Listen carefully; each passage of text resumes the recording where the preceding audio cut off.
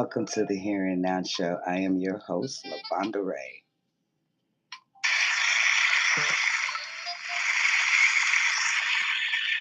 And if you've been a chance to listen to my Here and Now show, you know that I'm coming from the Midwest where we come in and show out. Gotta love your city. Hello, somebody. And if you tuned into the Here and Now show, you know that the Here and Now show is a place where I've taken real life events and changed them into a positive living. If you have any questions or any comments, feel free to leave it in the question box because all voices matter. So with that being said, let's start the show. Thank you, thank you. Welcome back. It's your girl. I got to put on my glasses. I'm feeling blessed, and you should feel blessed too. I'm so glad that you guys are here, right now, enjoying this evening. Now, before I get into it, let me give you a recap of Tuesday shows. But before I do that, I want to say thank you to all my subscribers, all my listeners, all my family, and my friends and supporters who continue to show up with me week after week. Well, whether you're working from home or you're listening from your car or you go take a 5 minute bathroom break of peace, thank you for being a part of me. Thank you for being a part of the show. On Tuesday, I talked about the reality standing in front of our faces. I talked about how making decisions, some bad decisions at first they may feel good for the moment, but in the end it may be something we have to deal with later. The main topic for that conversation was impulsive behavior versus self control versus life be life and versus reality. So if you missed that show, make sure you go back to it, catch it, because baby, we had a few laughs. We had some real life lessons going on. So today I'm talking about single out here. Hello, somebody, and dating is so overrated. Catfish behavior is real. So if you're single or you're divorced or you're in a situationship or you're just looking to find a relationship and just waiting on that someone special, welcome. And welcome, Muhammad. Thank you for joining. How are you? So with that being said, we're going to play a little jazz for a few moments because if you guys know me, then you guys know that I truly like a little jazz music before I get into it. So you guys give you a few seconds to get a little moment, go get you a glass of tea or some coffee or soda. That would be myself. And then from there, we'll keep going. So I'll return. Thank you. Let's get that thing started, guys. Little break.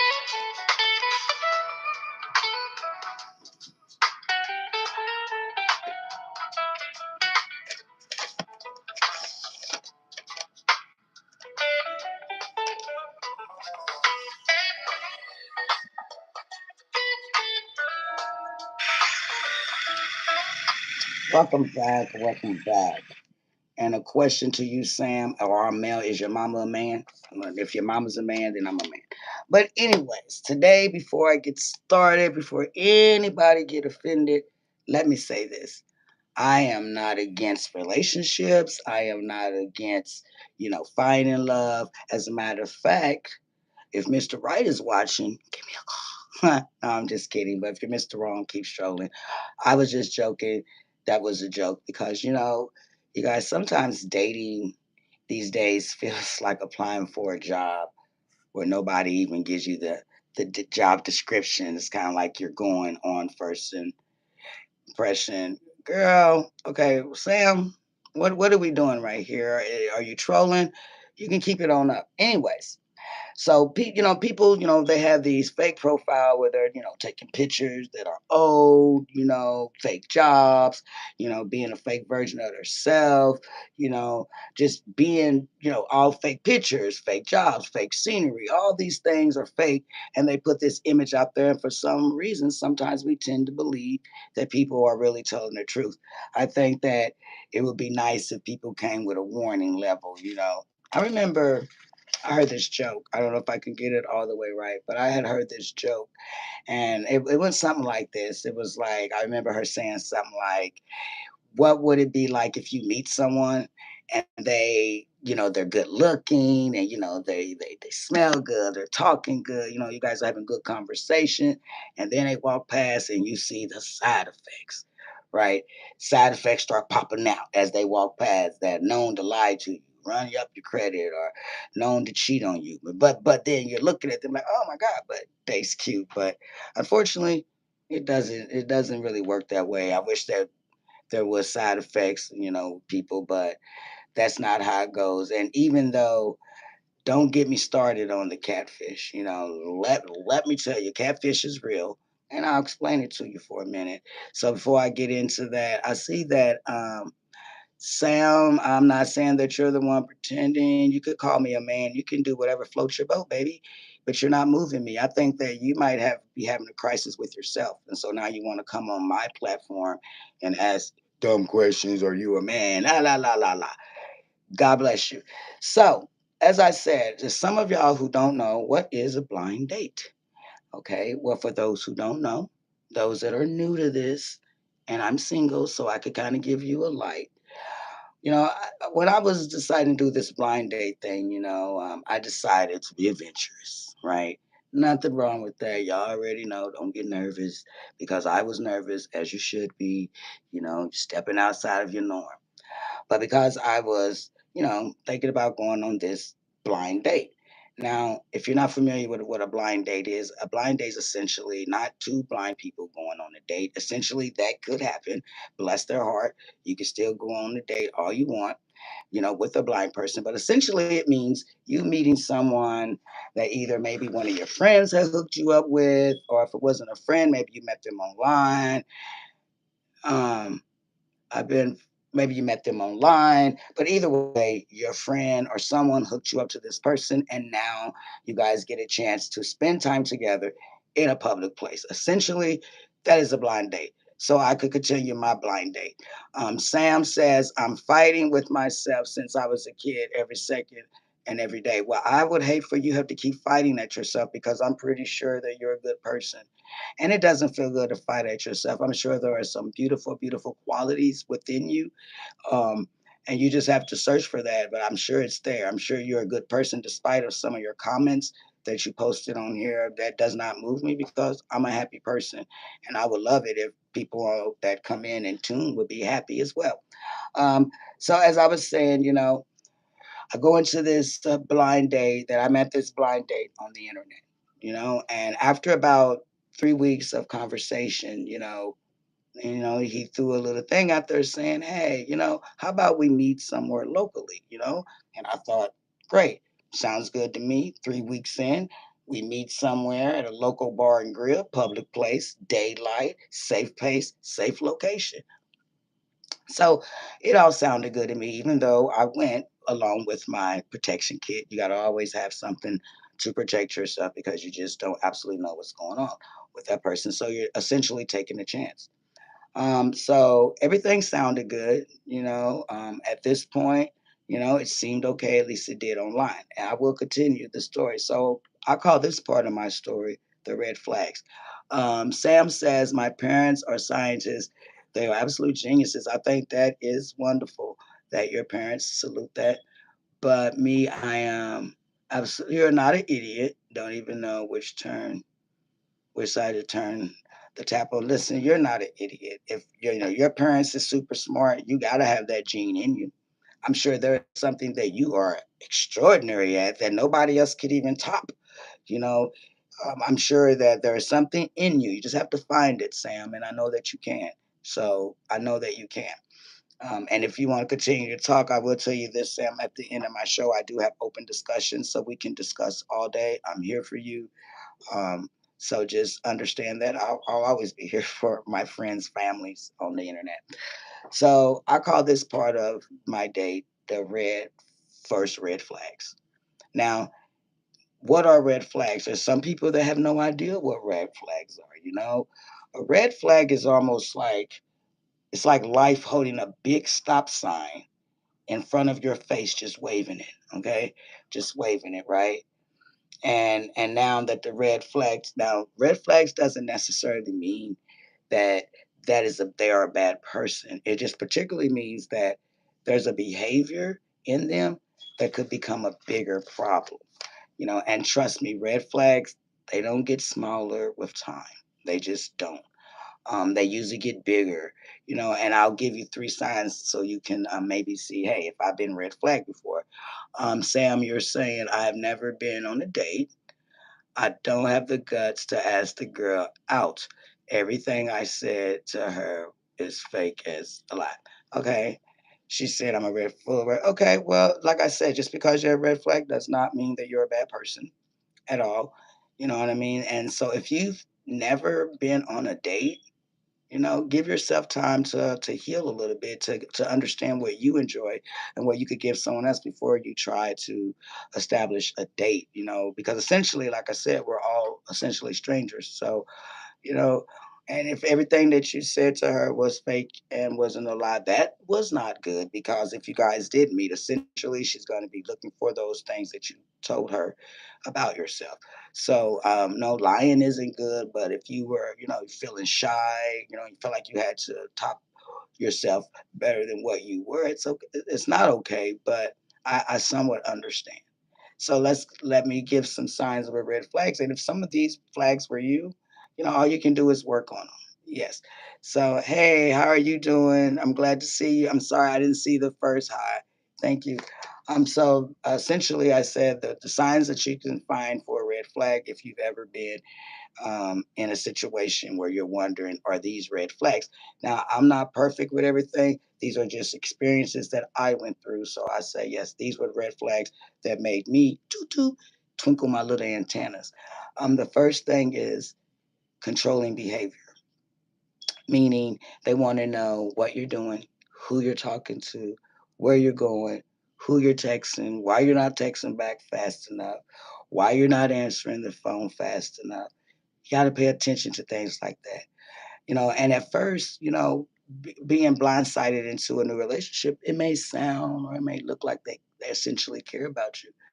But remember, every tiger will show you exactly why they're a tiger. They stick around long enough. And and then they want to control you. You understand? They want to control you, and control creates fear. Okay, so then the second thing is isolation. That is an isolation. If someone pulls you away from your family, your friends, your coworkers, your biggest support system, because they want you to spend time with them or more time with them, if you're losing your family and your friends because of one person, that is a red flag. Okay. The third thing is constantly lying. Um, a liar doesn't start with big lies. They usually essentially start off with small lies, like, where they've been, who they talked to, what they ate. Sometimes they even lie about things that they don't even have to lie about, like, what did you eat? They had pizza, but they told you they had shrimp. No reason to lie. You had a pizza. You liked the pizza more. But essentially, if they lie about little stuff, imagine that they will lie about the big stuff, because trust is the foundation of a healthy relationship, you know, and red flags doesn't always mean run. As I was saying to you, Sam, it doesn't always mean run, but if repeated red flags don't change and it sets a pattern, then I'll tell you a secret. Patterns are more louder than a promise will ever hold. Pay attention to those patterns. Now that I explained the red flags, now I will explain, I'm back to the blind date.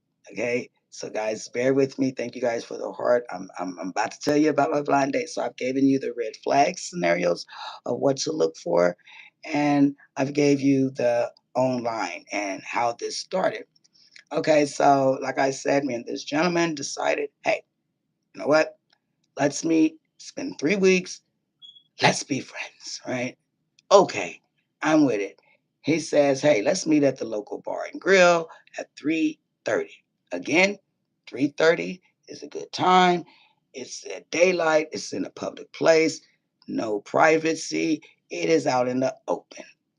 Well, I arrive at 3:20.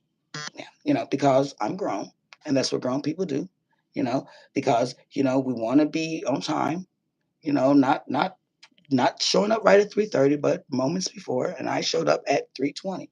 I was dressed to impress. My makeup was right, my hair was right. I was feeling ready, prepared, a whole conversation in my brain and in my head. And I ordered a soda. Now at this time, now it's 3:33. Oh my God. Well, sir, you're 3 minutes late. I mean, for a first impression, I don't think that's a good idea, but okay, I'll give you a little grace. You're running behind. All right. So I sat there and I'm sipping on my soda. And then I'm sitting by the window because I want to see what type of vehicle this blind date pulls up in, right? Because now you're 3 minutes late. Now my soda's gone. The waitress is looking at me, like, "Is your company coming?" Now it's 3:45. I look at my watch. I look back up. Bam. This man comes strolling in this restaurant as if he's the man on the moon, just strolling like he's not late. Now, in my head, I try to give this individual grace. I'm thinking, okay, maybe it was traffic, maybe construction, maybe he even talked to some aliens along the way. I don't know, but you were late, sir. And as he's walking towards me, and I'm looking out the window again to see, what kind of car he's getting out of. He did not get out of a car. I later found out when he took a seat that he actually rode the bus. No shade. There's nothing wrong with riding the city bus. If that's how you get around, ride the bus. But if you're going to be on a date, could you at least take the early bus? Yeah. Now, there's so now we're sitting there and, I'm thinking, this guy's on the bus. Not only was he on the bus, he's late. And why am I introducing myself to the waiter before I even introduce myself to the person I'm supposed to be going on the blind date with? Red flag. Then he took a seat. Oh my. Took a seat at the table. Now, family and friends, let me talk about this. When I say clearly, him and the person in this photo obviously stopped speaking to each other over 10 years ago. So the current photo looked current, but he didn't look very current. He looked more like he was in retirement. Not judging because we all age. There's no judgment here. We all age. We can't help it. It is the way life is. But damn, this man looked like my grandfather, right? I mean, he was older than my father, and he looked like my grandfather. So at this point, I am looking around the restaurant, baby. I'm looking around for his son. Like, is this a mistake? Did the dad come before the son? Like, what's going on? Is this a mistake? Um, Obviously, he felt a little bit of my um, discomfort, and he says, "Oh, by the way, those photos, they're old." I said to myself, "No shit. They're like 60 years old. Like, what are we doing?" So I take a deep breath, I'm looking at the menu and I'm like, in my head, like, this would never happen again. So now I'm feeling like I'm on a date with my grandfather, for one. And as we're sitting there, family and friends, let me tell you, there was absolutely no conversation. I don't know who was, all right, well, you get you some sleep, okay? And God bless you. You get you some good rest. Rest is essential. Rest is essential. Thank you for tuning in. And I'm thinking I'm sitting at the table with my grandfather. Conversation starts, and we had absolutely nothing in common, but believe it or not, he had a lot to say online. But in person, nothing. Nothing. The paint on the picture had more chemistry with me than he did. Hell, the salt shakers had more exciting was more exciting than he was. So, and I had the Raider actually had a better personality than he did. There was no connection, and every conversation felt awkward. We couldn't talk about a favorite movie, no connection. Favorite hobby, no connection. Childhood stories, out of the way. He's like 70 years old. What childhood stories can we tell together? Right? Nothing. While he's talking, all I hear in my brain is la la la la la la la la la la la la la. But during my not listening stage, I remember the Raider coming over and asking if I needed a drink or if we needed a drink. I said, damn right. And I ordered me a shot of vodka. And I took it and he looks at me and he says, I haven't drunk in over 10 years and I'm taking my shot. Meanwhile, I'm taking my shot and I looked at him. "Mm, that's good for you." It's great. That's a good, healthy choice. And I tell you, baby, when I tell you, about 5 minutes later, the waiter came to the table with a glass of beer and two bottles and two glasses of wine. And he says, I'm just a little nervous. Think I need a little drink. And I thought to myself, not only are you a liar, like at this point, either he's suffering from a great deal of memory loss, or I was witnessing a miracle with someone who apparently said they don't drink but was training for the Olympics. Like, make that make sense. Either you were lying then or you lying now. Either way, somebody was lying. And I don't do well with lies. I don't think anyone does well with lies, especially a liar, and especially considering you're 60 years older than me. After I made myself eat, continuing on this date, the bill comes. Waitress sets it on the table. Family and friends, when I tell you, he had a whole different face change. It was more of that face change of like he didn't have the bill, or I lost my wallet, or that we were a team and I was going to pay. No, sir, you invited me, you planned it. So I almost laughed inside my drink of my bottle of water. Like he looked like the note, the bill was a mortgage payment.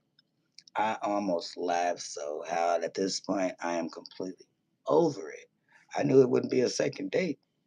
And then this time I looked at my phone and I'm laughing like, oh, okay. And I said to him, you seem like a really nice person and you seem like you got a whole lot going on. But I just got a phone call. I got to go. Translation, go to hell today, right now, ASAP. Then I stood up and I said, thank you. And I walked outside to my car. I started my engine and I drove off. I drove home in peace. Disaster. Well, needless to say, as I was driving, he texts me and he says, now I got to figure out how I'm going to get home. And y'all, he wasn't riding with me with all those lies he told. Absolutely not. So I drove home. Now, isn't bad. Dating isn't bad, but sometimes people show you exactly who they are and why you enjoy your peace so much when they start to show you who they are. You're like, now I enjoy being single. I enjoy my peace because being single is not a punishment. I'd rather eat dinner alone than to sit and spend my time forcing someone to have a connection with me. That doesn't excuse anything that's not an excuse. I just rather not. Now, I have a few questions that was asked, follow-up questions, and I will share them with you guys. And if you guys want to correspond with them, feel happy to. So the follow-up question was, how do you know if someone's trying to isolate you? If they are constantly complaining about your family, your friends, or your support system, and all they want is your attention, pay attention. Um, what is the difference between protection and control? Answer for you guys: protection makes you safe. Control makes you feel trapped. Okay. How do I know? Yeah, it says, how did you know if you're not ready for marriage? Well, that's kind of pure cut and dry. If you're not ready for commitment, don't think about marriage. But if you're still expecting another person to fix your loneliness or to heal your wounds or to make you feel whole again, then you're probably not ready. You're more likely ready to need to keep healing before you commit to someone in marriage ways.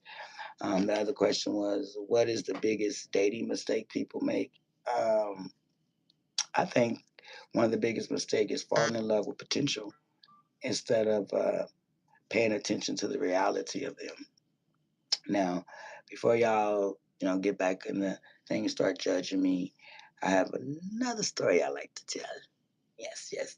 Most of my relationships, they haven't lasted no longer than the leftovers in my refrigerators. I mean, some of them lasted months, some of them lasted 5 years, some of them were blessings, some of them were lessons, and some of them were expensive classes that I didn't even sign up for.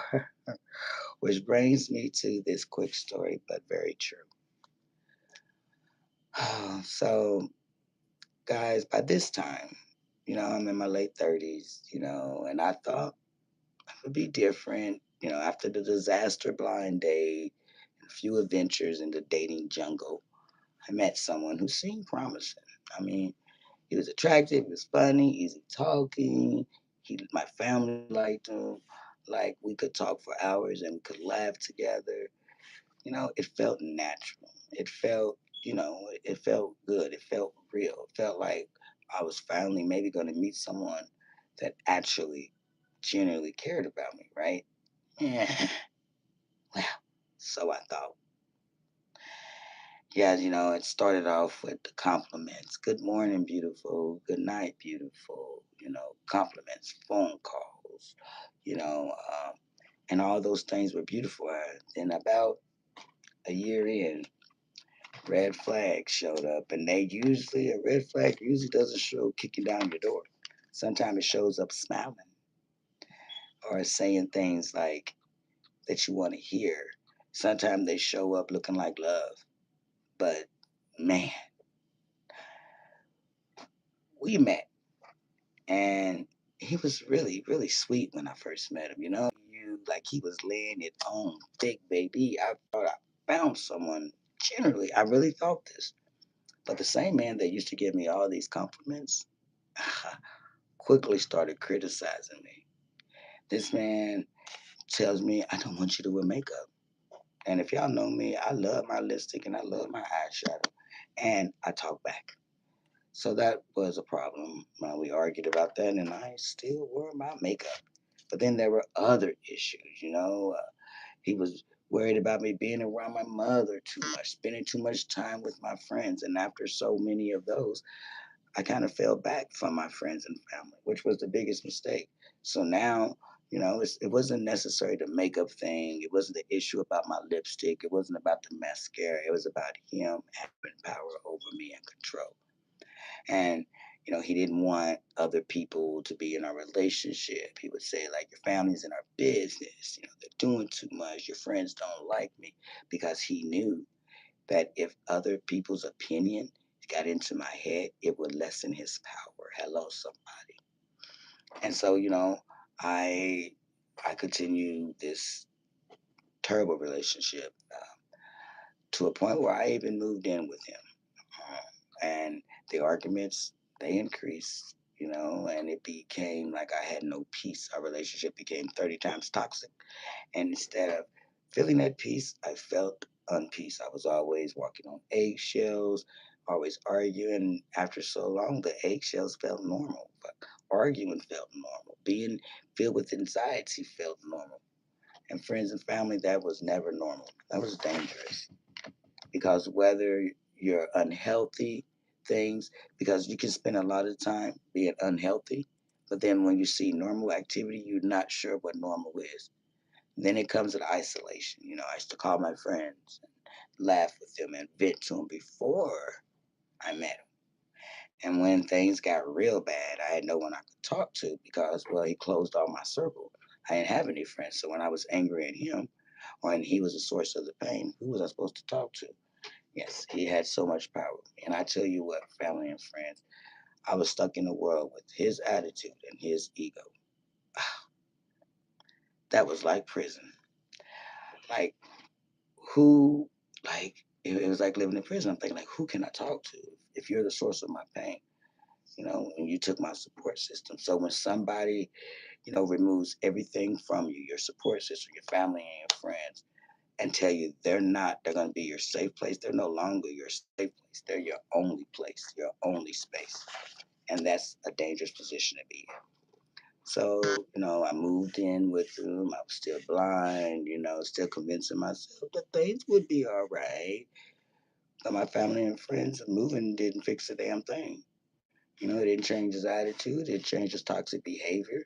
It just moved our problems into his home. And I moved farther away from my home. I had moved so far out that I had no less than no contact with them.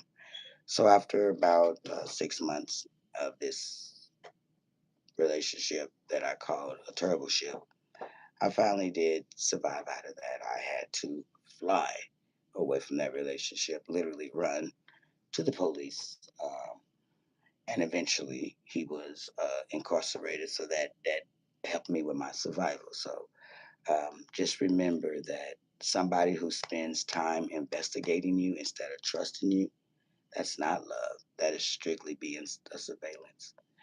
In less than 2 years, I became me again. I got myself back. I was like, I'm not doing this anymore. I've been there, done that. These relationships is not where it's at.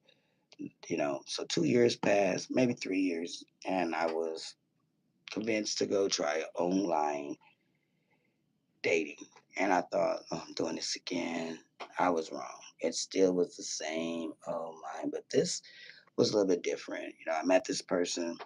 We hung out on the phone only. It was messages on the phone.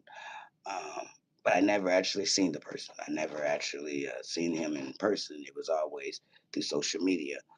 Well, one day in, I'm like, we should meet each other. Do you have a video chat? Or maybe you could give me your real phone number and we can get off these dating apps. Well, he had an excuse for that. Well, my phone doesn't work, or the sound doesn't work. I can't give you the real number because of my job. I work a crazy job, and I'm thinking, what kind of job do you work? What do you work with aliens? What are you doing where you can't communicate?